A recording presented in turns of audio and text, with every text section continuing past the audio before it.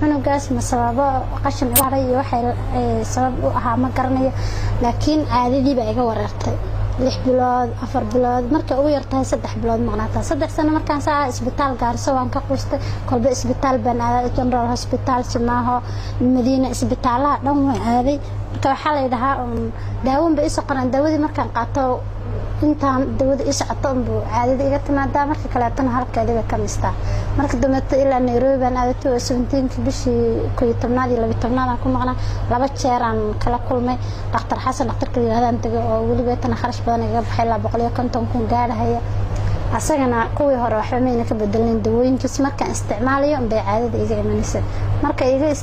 daawada iga dhamaatay caadadii haddana halkeedii bay ka miisaysa anoo ba iska raaj dhigay oo stress ka bixila oo hatta markii dambe to odaygii dhahay ba adiga xanuunka iyo wadaba odayga xataa isku khilaafnay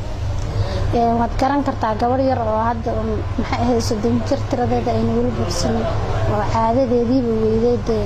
wixii ay dumarku ilmo ku rajeeyaan ama ay hooyo inay ku noqdaan rabaan waa caadadaadina hadaad weeydo adigana ilmo inaad rajeyso ma dhici karto inta sidaas darteed anoo iska joogo oo markaas waxyaabo kale quraan isa saarayo wax kale oo haween ay soo sheegaan oo timir iyo waxyaabo la isku qaqasan iyo waxa iska isticmaala yaan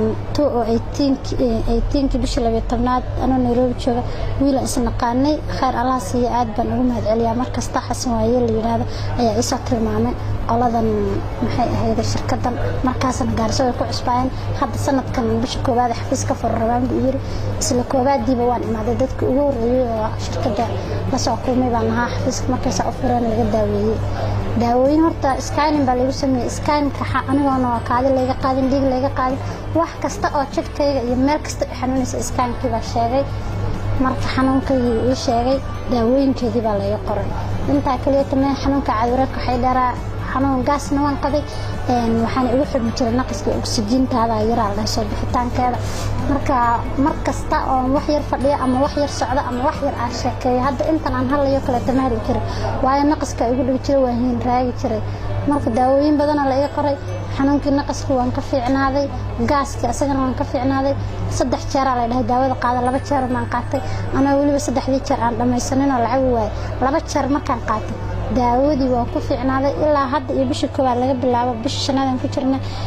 waxa weeyaan biriyartay sidii aan markaan gabadh ah ugu imaan jiray ugu yimaada alxamdulillah waxaan xanuunkan u imaaday wuxuu ahaa xagga raganimada xanuunka iigu badan xagga raganimada ahaa dad la'aan baan ahaa alxamdulillah marka caafimaad